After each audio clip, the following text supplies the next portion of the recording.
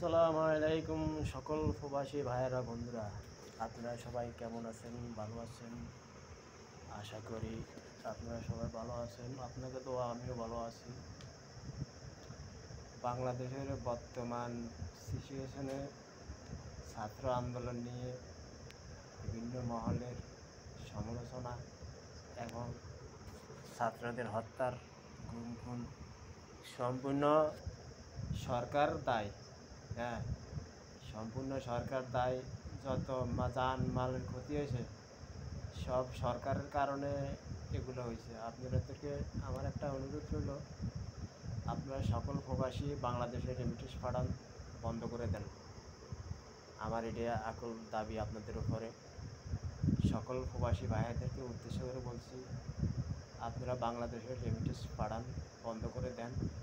বুঝুক এ হাসিনা। আপনাদের দাবি দেওয়া থাকলে সবাই বলুন।